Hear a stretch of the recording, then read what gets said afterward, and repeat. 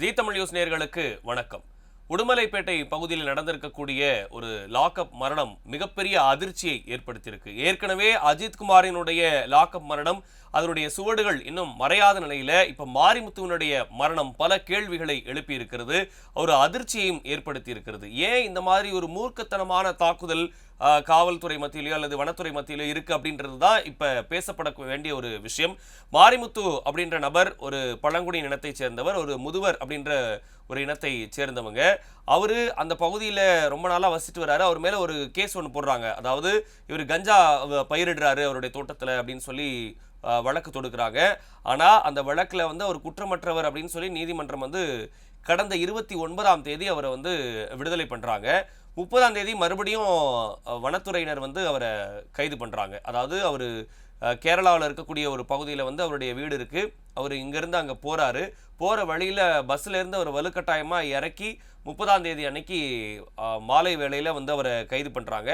31ஆம் தேதி காலையில் அவர் தூக்கு மாட்டி இறந்துட்டாரு. அதாவது அவர் பயன்படுத்தியிருந்த லுங்கியிலேயே தூக்கு மாட்டி இறந்துட்டாரு. இது வரைக்கும் லுங்கியில் வந்து இது மாதிரி தூக்கு மாட்டி இறந்து போகிறது அப்படின்றது கேள்விப்படாத ஒரு விஷயமா இருக்குது. அதுவும் விசாரணைக்காக அழைத்து செல்லப்பட்ட ஒரு நபர் அங்கே இருக்கக்கூடிய கழிப்பறையில் ஷவரில் லுங்கியை மாட்டி தற்கொலை பண்ணிக்கிறது அப்படின்றது ஒரு என்ன சொல்றதுனே தெரியல, ஒரு அச்சத்தை தரக்கூடிய வகையில தான் இது நடந்திருக்கு. தற்கொலை செய்வதற்கான வாய்ப்பை இல்லை, அவர் அடிச்சு கொலை பண்ணியிருக்காங்கன்னு சொல்லி அவங்களுடைய உறவினர்கள்லாம் நம்புறாங்க. அதனால அவர் உடலை வாங்க மறுத்து போராட்டமும் அந்த பகுதியில் வந்து பண்ணிக்கிட்டு இருக்காங்க.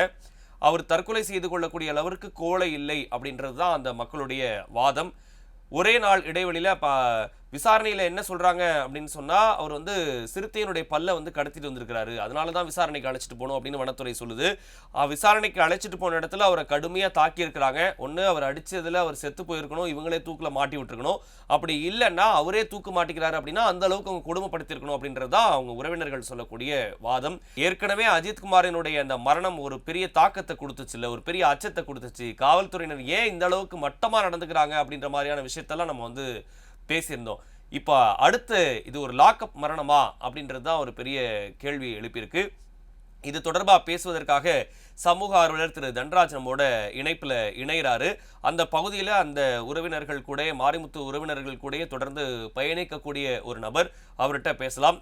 தன்ராஜ் சார் வணக்கம். வணக்கம் சார். மாரிமுத்து வழக்கில் வந்து இப்போ என்ன நடந்திருக்கு, அந்த உறவினர்கள் வந்து இப்போ என்ன சொல்றாங்க, இப்போ என்ன சிச்சுவேஷன் சார்? நீங்க சொன்ன மாதிரிதான் அந்த மாரிமுத்து வந்து முதுவர் பழங்குடி இனத்தை சார்ந்தவங்க. முதுவர் பழங்குடிகள் மேற்கு தொடர்ச்சி மலையில தமிழ்நாட்டிலையும் கேரளாவிலும் அடர்த்தியான காடுகள்ல வாழ்றவங்க. மிக மிக உயரமான வெளி உலக தொடர்பில்லாத வெளி உலகம் தொடர்பில்லாத இலக்காடுகள்ல வாழ்றவங்க. வெகு அரிதான சமயங்கள்ல மட்டும்தான் அவங்க தங்களுடைய காடுகளை விட்டு வெளியில வந்து வெளியில இருக்க ஏதாவது அவங்களுக்கு தேவைன்னா அதை வாங்கக்கூடிய பழக்கம் வந்து. குறிப்பா வந்து அவங்க தனித்த மொழி, பண்பாடு, வாழ்வியல் கொண்டவங்க. குறிப்பா பெண்கள் வந்து வெளியில வர மாட்டாங்க. இந்த மாதிரி ஒரு பழங்குடி சமுதாயத்துல பிறந்த மாரிமுத்து தொடர்ந்து அந்த வனத்துறை வந்து அவர் ஒரு நல்ல விவசாயி, அவர் இயற்கை விவசாயம் பண்ணதில்ல. அவருக்கும் அந்த ஊரை சேர்ந்த ஒரு 4-5 பேருக்கும் நல்ல விவசாயம் பண்றதுல வனத்துறை வந்து அவங்களுடைய விவசாய செய்யறத வந்து தடுக்கிறாங்க. இதுல அவங்களுக்குள்ள மோதல் இருக்குது. வனத்துறையினுடைய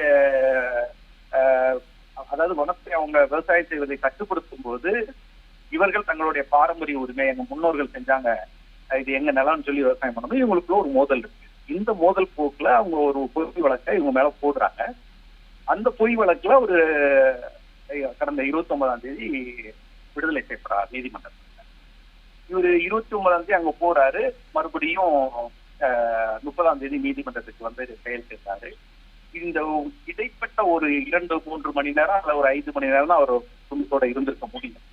ஆனா இந்த இடைவெளியில அவர்கிட்ட வந்து புலியினுடைய தோலும் நகமும் பல்லும் இருந்ததாகவும் அது கைப்பற்றப்பட்டதாகவும் சொல்லி இவரை வந்து பழிவாங்குற போக்கு. அதாவது இதனுடைய குற்றத்துல என்ன பின்னணின்னு பார்த்தோம்னா, இவர் இந்த வழக்குல வந்து வனத்துறையினுடைய கைகளில் சிக்காம அவர் நீதிமன்றம் மூலமாக அவர் வந்து கோர்ட்ல ஆஜராகி அவர் வந்து அதுல விடுதலை ஆயிட்டார். இது அவருக்கு ஆத்திரம் அடைந்து இந்த ஒரு செயலை அவங்க செய்யறாங்க.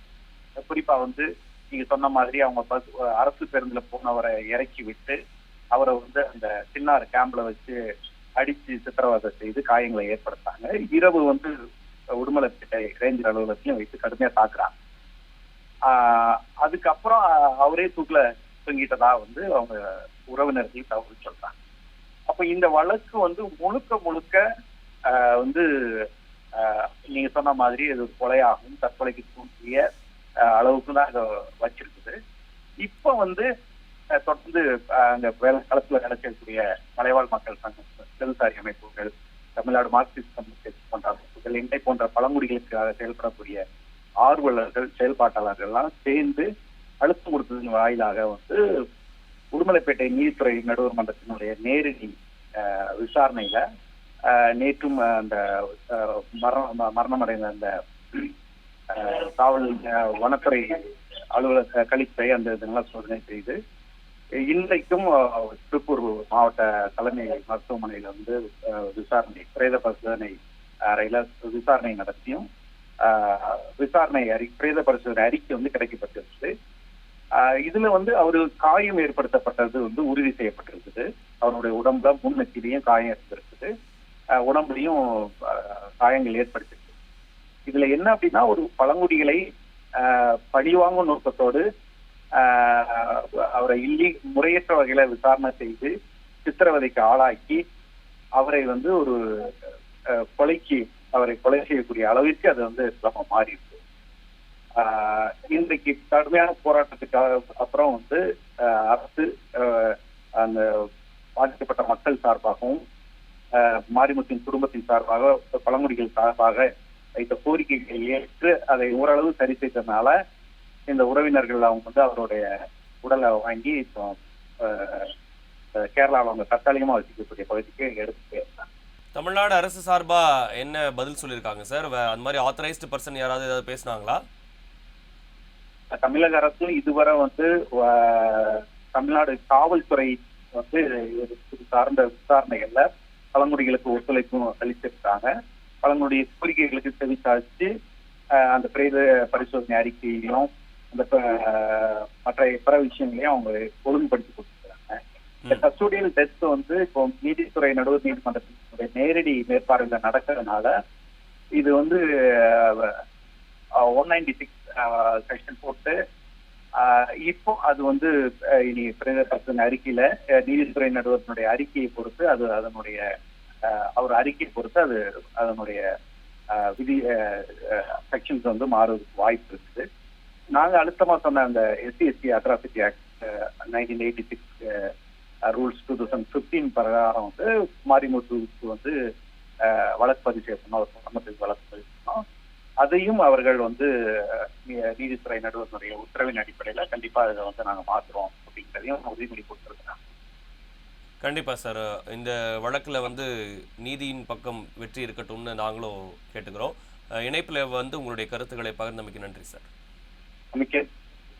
மாரிமுத்துவனுடைய உடல் தற்போது வாங்கப்பட்டிருக்கிறது. ஆனா அந்த பழங்குடியின சமுதாயத்தை பொறுத்த வரைக்கும் அவங்களை அடிச்சா ஆளே இல்லை கேட்கறதுக்கு அப்படின்ற மாதிரி ஒரு நிலைப்பாடு இருக்கிறதா சொல்லப்படுது. அதுவும் இப்ப இவருடைய மரணம், அந்த முதுவர் அப்படின்னு சொல்லக்கூடிய இந்த பழங்குடி இனத்தை சேர்ந்தவங்க வந்து அடர்த்தியான காட்டு பகுதியில் வாழக்கூடியவங்க, ரொம்ப தேவைன்னா மட்டும் வெளியில் வரக்கூடிய ஆட்களாக இருக்கிறாங்க.